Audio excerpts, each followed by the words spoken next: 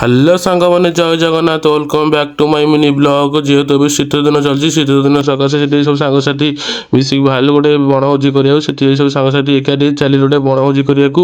ଚାଲ।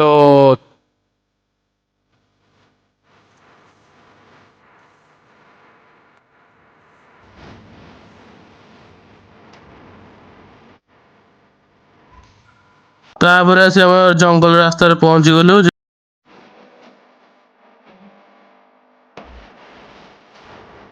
ଦେଖିବା ତ କେଡ଼େ ବଡ଼ ଜଙ୍ଗଲ ରାସ୍ତା, ଜଙ୍ଗଲ ମଝିରେ ଯିବାକୁ ପଡୁଛି।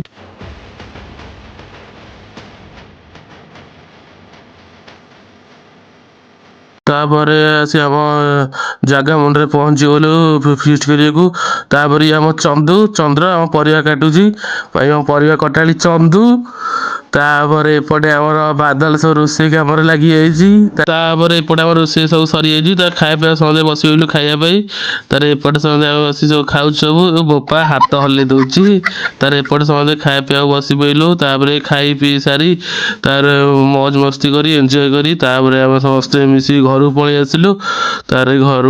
ଆଜି ପାଇଁ ଏତିକି ବ୍ଲଗ୍। ଯଦି ବ୍ଲଗ୍ଟା ଭଲ ଲାଗିଥିବ ଲାଇକ୍, କମେଣ୍ଟ, ସେୟାର, ସବସ୍କ୍ରାଇବ୍ କରିବେ।